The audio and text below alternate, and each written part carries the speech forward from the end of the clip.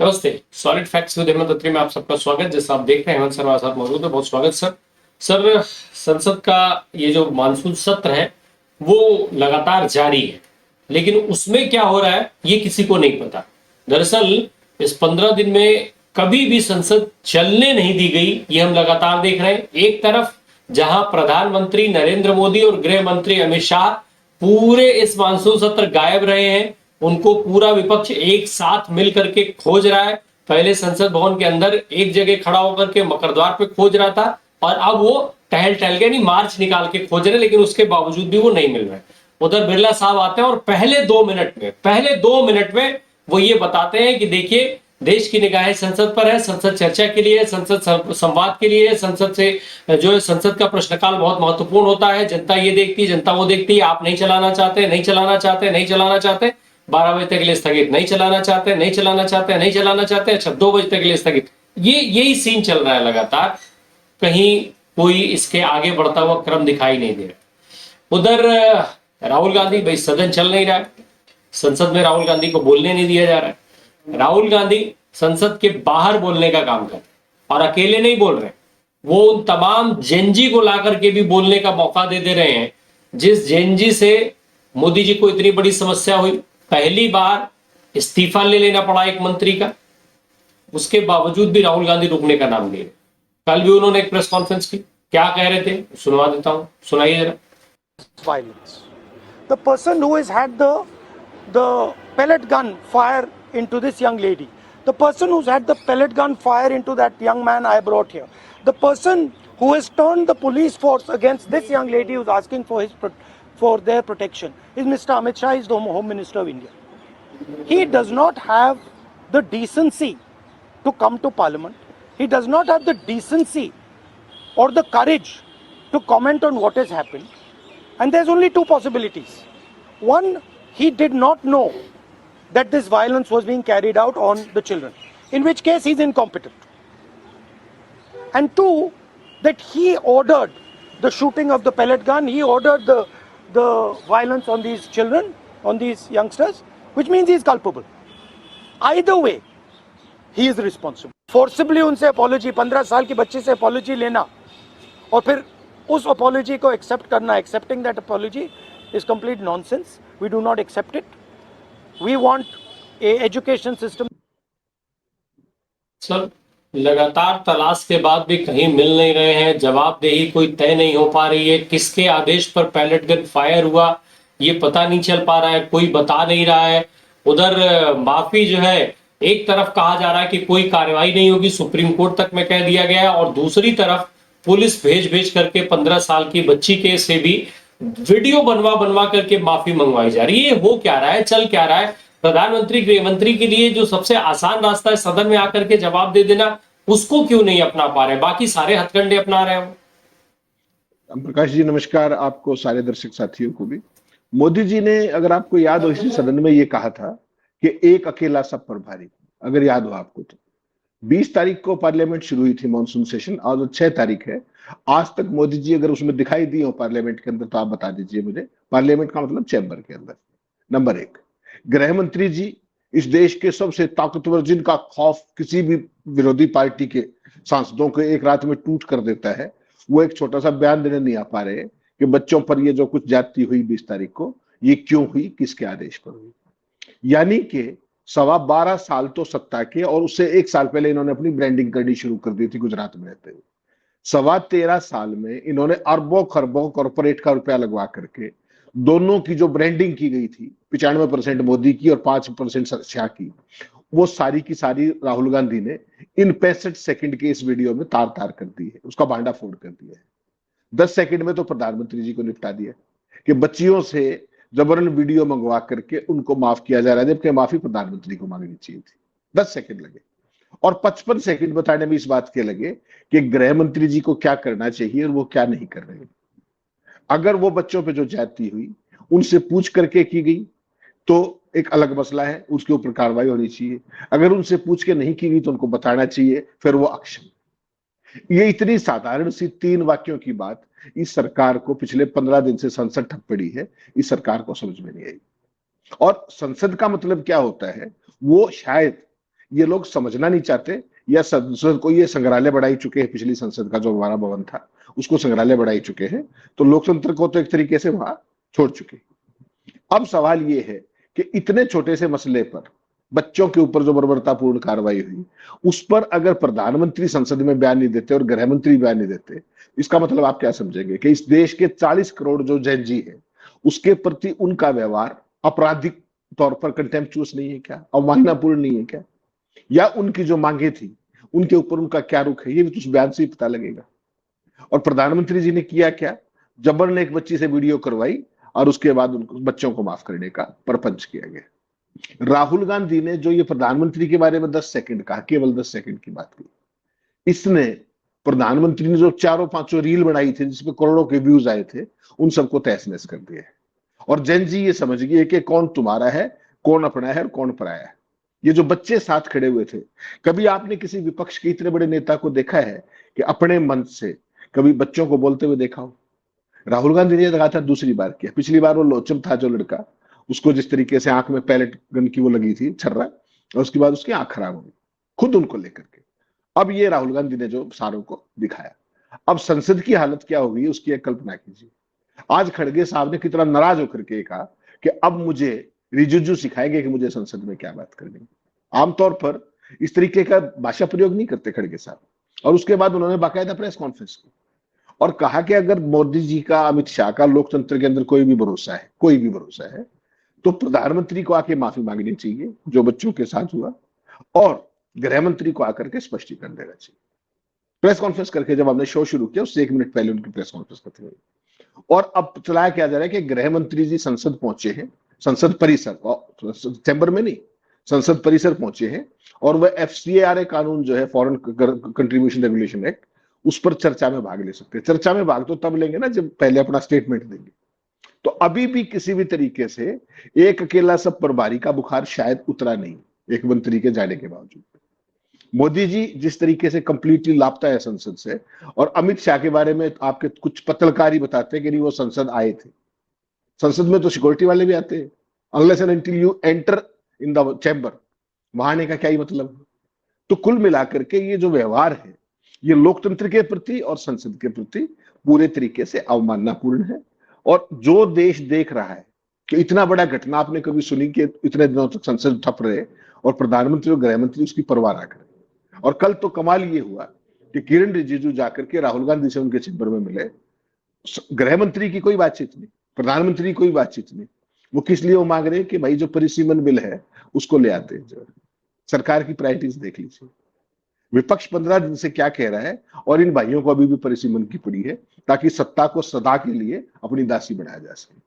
तो it's a case of clear cut misplaced priorities as far as the government is concerned. और ये विपक्ष को देखना पड़ेगा। आपको ध्यान होगा राहुल गांधी 10 दिन पहले जाके स्पीकर से मिले थे कि संसद चलाइए लोकसभा से। आज राज्यसभा के अंदर कांग्रेस के सारे सांसद खड़गे साहब के नेतृत्व में जाकर के चेयरमैन से मिले, उनसे कहा कि साहब आप संसद चलाइए। और बिड़ला साहब क्या कह रहे हैं विपक्ष को कि आप संसद नहीं चलने दे रहे। संसद में कौन नहीं आ रहा, बयान कौन नहीं दे रहा, माफी कौन नहीं मांग रहा, और संसद विपक्ष नहीं चलने दे रहा। तो आप ये हरकतें देख लीजिए। आज 6 तारीख है, 13 तक तो हाउस है, इसी तरीके से निकाल देंगे। या कोई और षड्यंत्र साजिश है कि परिसीमन को किस तरीके से फटाफट बैकडोर से किया जाए, वो सारा देश इनके सामने देख रहा है। और जो मोदी जी बार बार मदर ऑफ डेमोक्रेसी कहते थे, वो उनकी सोच वो सारी की सारी सारे देश ने देख ली है पिछले 15 दिनों के। राहुल गांधी ने जो बात कही है, पिछले कुछ समय से लगातार पूरा विपक्ष नरेंद्र मोदी जी और अमित शाह पर टिका हुआ है। आपने परिसीमन का जिक्र किया, रिजिजू साहब गए परिसीमन की बात करके वहां आए। सरकार का तो इस सत्र के पहले से ही जो सबसे अहम काम था, जो सबसे जरूरी सरकार मान के चल रही थी, सरकार के लिहाज से जरूरी है, क्योंकि 2029 में अगर सरकार बनाना है तो एनी हाउ उनको परिसीमन करना पड़ेगा। और अगर सत्र इस तरीके से बाधित रहा तो परिसीमन बिल वो ला नहीं पाएंगे। क्या लगता है कि सरकार परिसीमन बिल लाने की मजबूरी में अमित शाह को सदन में भेजेगी, बयान करवाएगी उनका, या ये जो प्रचार तंत्र जिसका आप जिक्र करते हैं, जिसमें कई हजारों करोड़ रुपए खर्च किए जा रहे हैं हर रोज बिल्डअप, इमेज बिल्डअप के लिए, उससे काम चल जाएगा 2029 पर, उस पर ज्यादा भरोसा कर पाएगी सरकार? नहीं रामप्रकाश जी, देखिए आपने जो बात की ना कि लोकतंत्र में 2029 तक लोकतंत्र की परवाह किसको है? जिस दिन ये परिसीमन लागू कर पाए JNK प्रकरण, उसके बाद लोकतंत्र की तो इतिश्री समझिएगा। अब आपने कहा कि क्या इस दबाव में ये लोग बयान देने आ जाएंगे सदन में? वो सीधा सा एक फॉर्मूला है। इनके पास सारे तिकड़मे बिठाने के बाद, टीएमसी को तोड़ने के बाद, अपना क्या नाम है, एनसीपी का खेल करने के बाद, शिवसेना का खेल करने के बाद, आम आदमी पार्टी का खेल करने के बाद, कुल मिलाकर के आज भी सांसदों की संख्या 324 है। और अगर इसमें तेलुगु देशम के 22 सांसद मिला दिए जाए तो भी 346 ही बनता है, 360 चाहिए। तो डिपेंड करेगा कि उन नंबर्स का खेल अगर इनका जमता है तो फिर ये किसी भी सूरत में अभी, या फिर जो कल इन्होंने खबर प्लांट करा के वाटर टेस्टिंग की थी कि 16, 17, 18 को स्पेशल सेशन बुला करके, क्योंकि इनको स्पेशल करने की बड़ी आदत है। 20 तारीख से संसद का जो मानसून सत्र है वो ठप पड़ा हुआ है। क्या अगर इसी के दौरान अगर प्रधानमंत्री आके माफी मांग ले और गृह मंत्री बयान दे दे तो इसी के अंदर पारित नहीं हो जाएगा क्या? या नहीं होगा? जो भी होगा बहस हो सकती है, नहीं हो सकती। तो जान जान के वाटर टेस्टिंग कर रहे हैं पॉमेरियंस के जरिए कि 16, 17, 18 को स्पेशल सेशन बुलाया जाए। सिंपल सी एक चीज है राम प्रकाश जी, अगर बहुमत का जुगाड़, और बहुमत का जुगाड़ सीधे संख्या बल से नहीं हो रहा, ये बड़ा तय है। सारे दांव पेच लगाने के बावजूद भी 324 क्रॉस नहीं कर रहे। टीडीपी ने अपने पत्ते नहीं खोले। मैं कहता हूं टीडीपी उनको मदद भी कर दे तो भी तो 346 ही हुए। 540 की लोकसभा की स्ट्रेंथ है, अगर 2/3 करना है तो 360 चाहिए। वो 14 कहां है? जिस दिन इनका ये गेम पक्का हो गया कि किसी को सस्पेंड करके कर देंगे, किसी को बाहर करके कर देंगे, किसी को एब्सटेन करा के कर देंगे, उस दिन मान के चलिएगा ये व्यवस्था होते ही ये तत्काल प्रभाव से इस दिशा में बढ़ जाएंगे कि परिसीमन बिल लाया जाए, चाहे करंट सेशन के दौरान, चाहे 16, 17, 18 को स्पेशल सेशन के तौर पर। इंटरनली इनका यही गेम प्लान है। बीच बीच में लगातार वाटर टेस्टिंग करते रहते हैं पोमेरियन मीडिया। एक और चीज हमने देखी है सर, इस समय पर जिस तरीके से ये प्रोटेस्ट हुआ जंतर मंतर पर, और उसके बाद सरकार ने जो क्रम शुरू किया है जिसको लेकर के हम इतनी बातचीत कर रहे हैं, एक तरफ सरकार जहां सदन से भाग रही है, जवाब नहीं देना चाहती है, मोदी जी और अमित शाह सदन के अंदर नहीं आना चाह रहे हैं, वहीं दूसरी तरफ हम ये भी देख रहे हैं इस देश में कि जंतर मंतर पर बच्चों का सबसे बड़ा जो हथियार बना वो सोशल मीडिया बना। सोशल मीडिया की ताकत के चलते बच्चों ने इस सरकार को झुकाने का काम किया, जेनजी ने इस सरकार को झुकाया। नरेंद्र मोदी जी की एक वीडियो कुछ शायद कुछ सेकंड कुछ मिनट के लिए डाउन हुई और अब वो पूरी सरकार, संसदीय समिति, सारे लोग मेटा के पीछे लग गए हैं। पूरी मेटा की टीम को माफी पर माफी और क्या कुछ कार्रवाई और क्या क्या नहीं कहा जा रहा है, सब कुछ सारी बातचीत हो रही है। क्या जो गलती मान ली गई, अगर मेटा ने गलती मान लिया उसके बाद भी जिस तरीके से माफियों का सिलसिला शुरू हुआ है या चल रहा है, वो केवल मोदी जी की वीडियो डाउन करने पे ही का नतीजा है, या फिर जो समझ में आ गया सरकार को कि सोशल मीडिया प्लेटफॉर्म का कैसे यूज किया इस जेनजी ने, उसकी वजह से मेटा को भी इस पूरी कार्रवाई का के फेस करना पड़ रहा है कि आपने कैसे वायरल होने दिया ये सारी चीजें? राम प्रकाश जी बिल्कुल सही पकड़ा आपने, यही हकीकत है। सामने से देखने में आपको कुछ लगेगा और असलियत कुछ और है। वो जो अपने यहाँ कहते हैं ना, कहीं पे निगाहें और कहीं पे निशाना। कहा क्या जा रहा है कि हमारे डंकापति ने ऐसा डंका बजाया कि विश्व गुरु का सम्मान फिर से बहाल हो गया और मेटा और क्या मार्क जुकरबर्ग सब घुटनों पर आ गए और माफी मांगते फिर रहे, वर्ल्ड टीम आ गई, ये आ गई, वो आ गई। अपेरेंटली इसको देखेंगे तो राइट विंग इसी के सहारे अपनी नाक बचा रही है। जो भक्त मंडली है ना मोदी जी के जो अंधभक्त है, वो कल से इसी काम पे लगा, कि मेटा के किसी प्लेटफॉर्म पे अभी तक वो माफी उस तरीके से दिखाई नहीं दी है। यहाँ की एजेंसी के सूत्र बता रहे हैं कल शाम से ही कि माफी मांग ली गई। नंबर 1। नंबर 2, जब जिस तरीके के पूरे हालात बने, मोदी के जो सेल्फी वीडियो था उसको लाखों लोगों और भारत के युवाओं ने उसका मजाक उड़ाया था, आपको ध्यान होगा। और कुछ क्षणों के लिए, आपने बिल्कुल ठीक है, एग्जैक्ट कितने सेकंड थे, मिनट थे, वो नहीं है, कुछ क्षणों के लिए वो वीडियो किन्हीं कारणों से प्लेटफॉर्म से हट गया वहां से। उसके बाद एक जिस तरीके की पूरी परिस्थिति बनी, मोदी जी का जो एक चेहरा सामने आया, इसके बाद उनके अहंकार को कैसे चोट पहुंची अंदर खाने, क्योंकि आत्ममुग्ध व्यक्ति है तो अहंकार तो होता ही है। उन्हें जो जिस तरीके का रिएक्शन किया ना सरकार ने, उससे आपको नहीं लगता कि बेहद असुरक्षित नेता का जो एक बहुत ही कमजोर एरोगेंस होती है वो कहीं ना कहीं हर्ट होगी। और उसके बाद जहां तक जो था उनके भक्तों को भी ये बात बोली होगी, अरे डंकापति का वो हटा दिया आपने। तो उसके बाद जो परिस्थिति बनी कि मेटा के जो ग्लोबल अफेयर्स के हेड थे जोएल कपलान, उनको अमेरिका से यहां करके माफी मांगनी पड़ी कथित तौर पर, क्योंकि उन्होंने बेसिकली ये था कि वो धंधेबाज लोग हैं, उनको धंधा करना है। इंडिया के अंदर सबसे बड़ी उनकी क्लाइंटेज है, जिस तरीके से भारत में उनकी वो लोग सब्सक्राइब करते हैं उनको।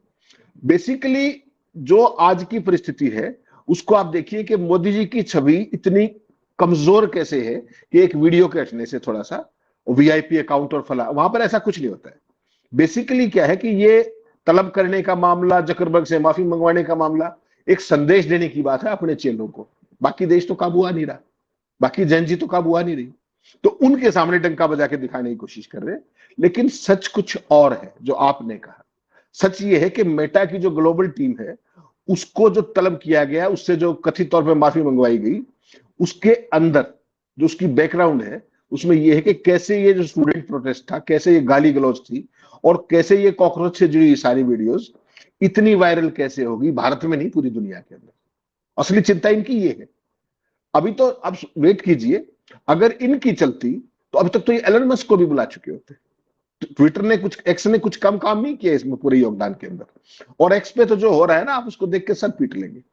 कल संसद का जो राहुल गांधी एक हाथ में पोस्टर लेके खड़े थे एक घायल बच्चे का, हु ऑर्डर्ड दिस, उसको भी लेबल कर दिया एक्स ने, एलन मस्क के प्लेटफॉर्म ने, कि it contains sensitive information.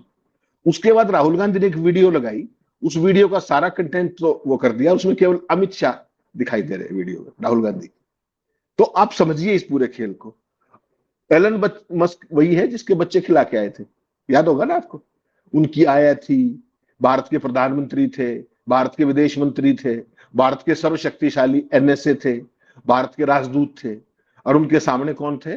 Elon Musk, उनके बच्चे, उनकी आया। ठीक, तो अभी तो आपने केवल ये मार्क जकरबर्ग वाला किया है। हो सकता है जो परिस्थिति बनेगी उसमें आपको एलन मस्क को भी बुलाना पड़े, लेकिन सवाल ये नहीं है। सवाल ये है, ये सिर्फ जो खेल हो रहा है ये लोगों का ध्यान भटकाने के लिए और सुर्खियां बटोरने के लिए, कि प्रधानमंत्री का दुनिया में इतना जलवा है कि देखो फेसबुक का मार्क जकरबर्ग माफी मांग रहा है इस पर।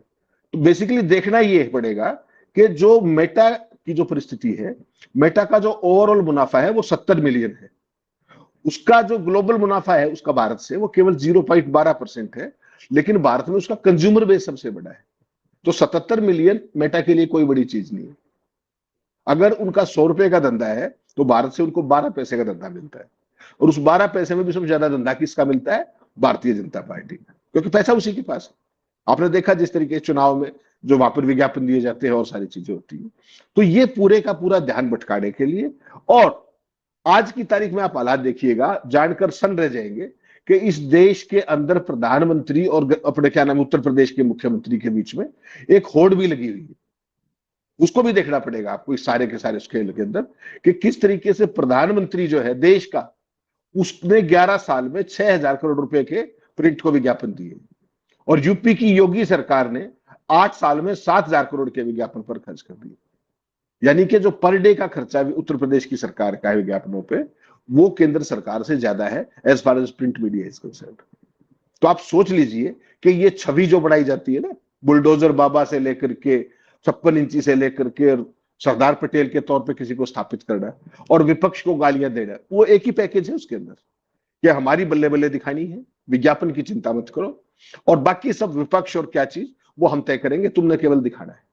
वो सारा मॉडल भी आपके सामने आ रहा है। आज बहुत डिटेल में सारी खबरें छपी है, और जो मेटा वाली खबर है माफी वाली, वो रिटर्न में कहीं भी उस तरीके से नहीं दिखी वो, लेकिन एजेंसी के सूत्र कल से बता रहे हैं, और सारे अखबारों ने जिस तरीके से उसको प्रमुखता से छापा है, उससे बड़ा मतलब साफ है कि जो प्रधानमंत्री सबसे एक अकेला सब पे भारी था, जो संसद में नहीं आ पा रहा है, वो एक अमेरिकन कंपनी फेसबुक के सीईओ से माफी मंगवाने में सक्षम है। इस बात को सेलिब्रेट किया जा रहा है। हकीकत में यह है कि ये सारा डाइवर्जनरी टेक्टिक्स है। संसद में जो कुछ हो रहा है, संसद में आज भी नारे लग रहे थे, दिखा दीजिएगा, जिस तरीके से बारिश थी उसके बाद भी छतरी लेकर के सारे के सारे अपने जो सांसद थे वो नारे लगा रहे थे, वही चंदा चोरी से लेकर सारी चीज, और सरकार के मुंह में एक वाक्य नहीं है। तो जब वो नहीं है तो क्या करते हैं? कल एक वीडियो लगा दिया था जिसमें प्रधानमंत्री जी का मैचो मैन की छवि दिखाई थी आपने, बीजेपी नहीं दिखाई थी वो, और अब संसद में नहीं आ रही है। देखिए बारिश है, उसके बावजूद भी सांसदों का काम चढ़ावा चोर से लेकर के बच्चों वाला और सारे का सारा इस बारिश के अंदर, ये दिखाता है कि सरकार चाहे कुछ भी समझे, विपक्ष तस से मस होने वाला नहीं। और यही नहीं, वो दोनों मुद्दे एक साथ लेकर के चल रहे हैं। वो ना चढ़ावा चोरी छोड़ रहे हैं और ना ही अमित शाह और प्रधानमंत्री को छोड़ रहे हैं। वो दोनों मुद्दे पूरा विपक्ष खींचे हुए हैं। नहीं, उनको करना ही पड़ेगा वो बेसिकली। देखिए बच्चों के साथ जाति यानी कि जैन जी पूरे देश के 40 करोड़ का एक बहुत महत्वपूर्ण हिस्सा, ऊपर से चढ़ावा चोरी, ये वो चीज है जो मोदी सरकार की अब दुखती रग है। कुछ भी कर लेंगे मोदी जी, हर जगह राम का नाम करेंगे, जो कपड़ों से पहचानेंगे, जो उनको वो करना है, वो सांप्रदायिक जहर वो करेंगे, लेकिन राम मंदिर के चढ़ावा चोरी पे मोदी जी एक शब्द नहीं बोलेंगे, ये मान करके चलिए। इसलिए विपक्ष उनकी जो कमजोर नस है उसको बार बार दबा रहा है। और अगले साल आपको पता है उत्तर प्रदेश में चुनाव है, ये जो कुछ सारा सीन चल रहा है, जिस तरीके से जो विज्ञापनबाजी हो रही है, उत्तर प्रदेश का विज्ञापन का बिल केंद्र सरकार से ज्यादा होने का मतलब समझ लीजिए ना आप क्या है, कि उत्तर प्रदेश के पॉपुलर नैरेटिव के अंदर चढ़ावा चोरी पे बियॉन्ड ए पॉइंट खबरें ना छपे, और छपे तो उसमें राज्य सरकार का दोष कम से कम दिखाई दे। ये एक जो खेल चल रहा है, आपको याद होगा ना राम मंदिर के स्थापना के बाद और सारे के बाद खुद अयोध्या में भी बीजेपी आ रही थी। अब जो चढ़ावा चोरी का जो डकैती जिसको बताया प्रधानमंत्री के प्रधान सचिव ने, उसके बाद तो कहने और सुनने कुछ बचता ही नहीं रहा प्रकाश जी। अब तो प्रधानमंत्री एक और चीज है सर कि ये आप मेटा से माफी मंगवा लीजिए या जो कुछ भी करा लीजिए, आप उनको बुला करके 4 डंडे मार लीजिए, इससे क्या जेनजी पर कोई इफेक्ट आएगा? क्या जेनजी इससे डर जाएगा? जेनजी जो है आपसे सवाल करना छोड़ देगा कि आप रील बना करके डाल रहे हो और एक एक लाइन का वो जवाब दे रहा है जिस तरीके से जेनजी, क्या इन सब चीजों से बंद हो जाएगा, बंद कर देगा जेनजी? राम प्रकाश जी, अपनी पहले भी चर्चा हुई थी, जो काम इस देश के मीडिया को करना चाहिए था वो तो बहुत पहले छोड़ चुका है, 12 साल। इस जेन जी ने जिस तरीके से सारी की सारी मोदी जी के पुराने काम 2014 से छोड़ दीजिए, 2002 से शुरू हुए वो लोग, जब से मोदी जी सार्वजनिक जीवन में इस तरीके से, चाहे वो बतौर गुजरात के मुख्यमंत्री हो और चाहे संसद के अंदर हो, केंद्र के उसमें, दोनों का ही जो उन्होंने तिया पाचा किया है, जो लंका लगाई है, सारे डंके की जो हजारों करोड़ रुपए की उससे बनाया गया था, उस सारे डंके की लंका इस जेन जी ने लगाई है। और ये ना तो दबने वाले हैं, ना इनके अंदर कोई डर है। Technically they are very sound. BJP, आप सोचिए ना कि 12 साल में ये पहली बार हुआ है कि आपको नहीं लगता कि जितने भी ये सोशल मीडिया प्लेटफॉर्म है इन पे कंप्लीट कंट्रोल है बीजेपी का, उसके बावजूद भी जिस तरीके से उन्होंने क्या कैचवर्ड डाले, क्या वो डाले, उसके बावजूद भी उनकी हर एक चीज कितनी जबरदस्त वायरल हुई है और बीजेपी का कोई डिफेंस उसके काम नहीं आया। और अब तो हालत ये है कि 20 तारीख के बाद तो जो मोदी के अंधभक्त थे वो भी मैदान छोड़ के भागे हुए, जो परिस्थितियां बनी है। वो तो ये कहते थे कि हमारा तो प्रधानमंत्री 56 इंची है, उसके सामने तो वर्ल्ड लीडर्स ये हो जाते हैं। और 15-15, 18 साल के बच्चों ने मोदी जी की हालत ये कर दी कि जो एक अकेला सब पर भारी था वो अपनी संसद में आने से घबरा रहा है। वरना क्या रीजन है बता दीजिए, एक ही वाक्य तो कहना है। अब इस काम में तो मोदी जी माहिर है, किसानों के लिए भी कहा था ना कि हमारी तपस्या में कुछ चूक रहेगी, कमी रहेगी और मैं माफी मांगता हूं। तो ये छोटे बच्चे हैं, मान के चलिएगा मोदी जी इस हो सकता है संसद में अपनी ब्रूट मेजोरिटी और जिसके कारण संसद बिना कार्रवाई के सारा स्थगित हो जाए, संसद सत्र खत्म हो जाए, लेकिन ये बच्चे इस चीज को भूलने वाले नहीं। वो जो बेटियां जो राहुल गांधी के साथ खड़ी होकर के जिस बिना किसी भय के बेखौफ होकर के जो सारा घटनाक्रम बता रही है, चाहे वो पैलेट गन का हो, चाहे वो उन बच्ची के साथ जाति का हो, वो अपने आप में बहुत कुछ कह रहा है। वो ये है कि इस देश में जो भय का वातावरण पिछले 12.25 साल में मोदी और शाह ने कायम किया था, वो गए दिनों की बात हो गई है। और भय जो अब तक इधर था, अब वो भय उधर है, जिसके कारण वो संसद में नहीं आ पा रहे। It's a matter of fact, it's a matter of record कि मोदी जी 20 तारीख के बाद संसद में नहीं दिखे। It's a matter of fact. Same is the case with mister home minister. किसके कारण? उन बच्चों और विपक्ष की एकजुटता के कारण, और कुछ भी नहीं। ये जितनी भी परिस्थिति पैदा हुई है, राहुल गांधी के लिए एक बड़ा एज ये रहा कि जेनजी उनके साथ खड़ा था। अभी भी वो तमाम उन चेहरों को, जेनजी के उन चेहरों को सामने ला रहे हैं जिनके ऊपर बर्बरता हुई।